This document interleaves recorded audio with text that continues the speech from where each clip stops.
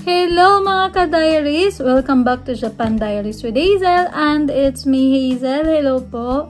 So sa mga bago pa pala sa channel ko, ayan, huwag niyo pong kalimutang mag-subscribe. I-click ang subscribe button below at notification bell para updated po kayo sa lahat ng videos na i-upload ko. So, at huwag niyo rin po kalimutang mag-comment o magtanong or mag-suggest para po sa susunod na videos natin. So tara guys, samahan niyo ako sa kwento ko today. Sa panahon ngayon, napakadali na lang po ng mga bagay-bagay. Napakadali po ng lahat kapag meron po tayong, ayan, smartphone.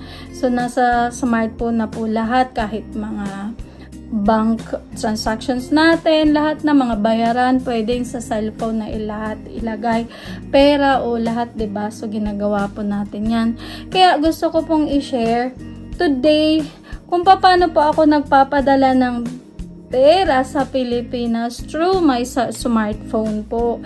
So, yes guys. So, gusto ko lang i-share sa inyo itong isang user-friendly na remittance service na ginagamit ko po. Smile Remittance po. So, sa mga hindi pa po aware, ayan, wag po kayong bumitaw at ayan, i-share ko po sa inyo. Sa app na to, pwede kang magpadala ng pera mula sa mobile phone mo papunta sa mahal mo sa buhay sa Pilipinas. So, ayan guys, ang pinakamagandang parte, pwede po kayong mag-remit o mag-deposit ng padala niyong pera through 7-Eleven po. Yes po, yung ATM sa 7-Eleven, at isi-share ko yan sa inyo mamaya sa video na to. So, hindi mo na kailangang pumila o pumunta ng bangko para magpadala ng cash sa pamilya mo sa Pinas. Basta may phone ka lang, tapos, ayan, meron kang app ng Smile Remittance, ay ang simple lang po guys. So, mabilis siya at syempre po, secure siya. So, wala pong dapat ipag-aalala. Medyo sablay lang po sa remittance na to kasi pag naghudulog kayo ng Saturday o Sunday, syempre, working days pa po siya matatanggap ng mga nasa Pinas. Yun lang po ang sablay dito.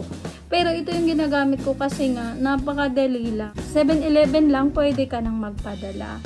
Kahit gabi or anytime. So, pwede ka na maghulog ng padala sa Pilipinas. Kung naghahanap kayo ng mabilis at madaling paraan para, ayan, magpadala ng remittance nyo sa Pinas. So, ayan, itry nyo to at i-download nyo po sa App Store ang Smile para, ayan, matry nyo po. So, ayan, i-follow nyo po ang simpleng tutorial ko, mini tutorial ko po. So, ayan, pasensya na kasi first time kong mag-video ng tutorial video, guys. Tara na! Lang pong gawin, guys, ng application na to. So, ayan, mag-upload lang po kayo ng, ayan, application ng Smile. So, i-type nyo lang po yung Smile. Lalabas na po yun siya. Ayan siya. Smile Mobile Remittance. Click nyo lang po.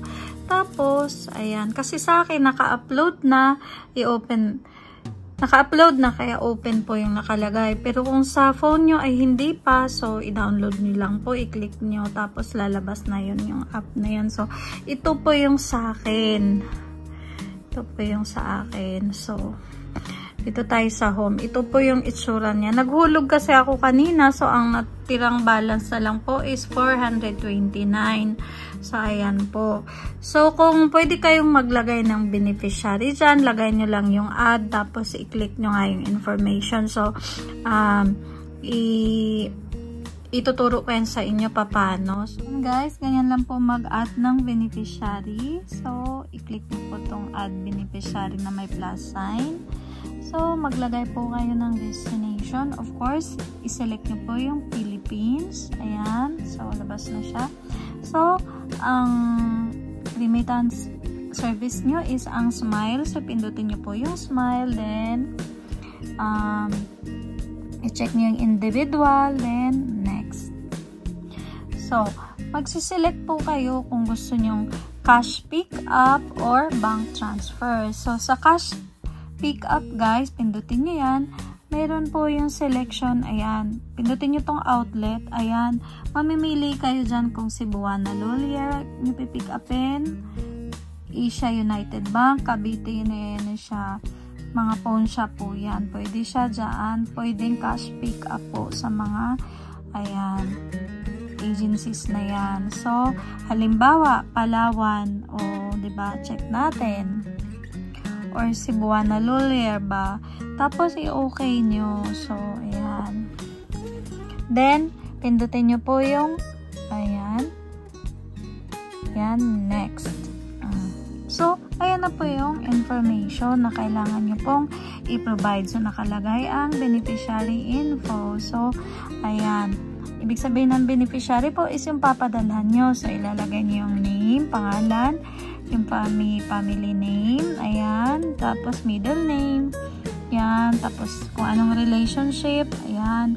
So, ilagay nyo halimbawa parents. So, okay, ganun lang siya. And then, okay na yan, hindi na po ito kung nickname, wala na. So, yung contact, so, i-specify nyo po yun dyan, yung address, then, ayan, may ano po yan siya, yan yung, kumpletuhin nyo yan, yung mga number, mobile number, pagkat okay na yan, so, destination, lagay nyo Philippines, ganyan lang siya, pag cash transfer ha, tapos yun nga yung, ayan, yung info, isusulat nyo, tapos i-final label nyo lang po.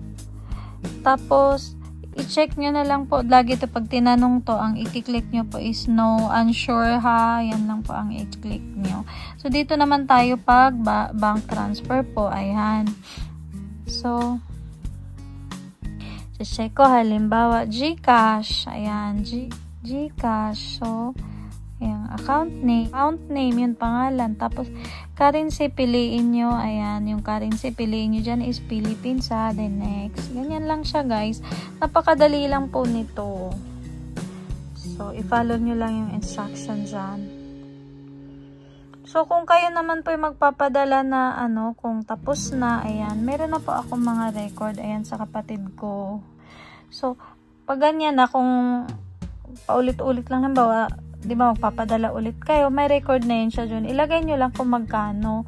So, be reminded, every transaction po may bawas. So, yan, tatandaan. So, may babayaran kayo, guys. Sa halimbawa, magpapadala kayo ng, ayan, sa yen, 10 lapad. Yan, 10 lapad. I-check nyan. Lalabas na yung nyan. Ayan, lalabas na yung, ayan, kasi 38.9 ang palit nila. So, ang palit sa 10 lapad is 38,900. Tapos, yung fees sa bank fees is 1,500 yen. So, kailangan, ang ilagay nyo dito is, ang ihulog nyo po sa 7-Eleven is, Jumang iseng gohakin, para hindi mabawasan yung 10 lapad na ipapadala nyo. So, ayan siya. Ayan po siya. Kailangan pag 10 ang ipadala nyo, ayan po yung required deposit na ilagay nyo sa ATM sa 7-Eleven. Ayan po. So, hope na gets nyo guys. Ayan siya. And ito na nga mga moms, andito na tayo sa 7-Eleven para mag-deposit po ng remittance ko today. So, ayan. Pagkapasok nyo, ang una nyong pupuntahan syempre is ano pa nga ba kundi ang ATM machine. So, anyway, joke guys. So, ayan. So, pagka, ayan, nasa harapan na kayo ng ATM machine, ang iselect nyo po is, ayan, yung sa QR po. Ayan, yung QR code. Kukuha kayo ng QR code, guys. Ayan.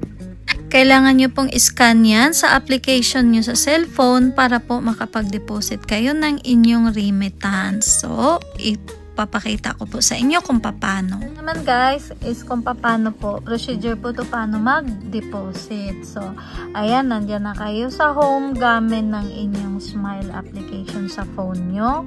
Ang pindutin nyo lang po is ang, ayan po, remit. Deposit. Ayan, pindutin nyo po yung deposit na yan. Pindutin nyo yan. At, ayan, yung QR code. Ito, diba, may nakalagay na 7-Eleven. Yan po ang iselect nyo. Pag sinelect nyo yan, ayan siya. Tapos, Ito po yung, ayan, scan nyo po yung QR kanina, yung QR code na pinakita ko before. I-scan nyo po yun. Ayan, pag in-scan nyo yun, ayan, halimbawa nasa harapan tayo ng machine, pag in-scan nyo yung QR code na yun, may lalabas po na number. So, yung number na yun, ang i-type nyo doon sa ATM machine. Bali, yun po yung magiging PIN code nyo para makapag-deposit kayo ng inyong remittance. So, ayan guys, scan. Tapos, pag na-scan nyo yun, may mag-a-appear po dito. May mag-a-appear po dito sa gamit ng cellphone nyo. Yan, may lalabas po dyan na parang PIN code. 4-digit codes po na i-input nyo po doon sa ATM machine para po makapag-deposit kayo ng inyong remittance. At mga moms, pag nakapag-deposit na nga kayo o na-deposit nyo na yung pera, lalabas na po yun sa account balance nyo po sa Smile application nyo po sa phone nyo. At kapag na-check nyo na pumasok na yung balance nyo, pwede na po kayong mag-remit through your cellphone.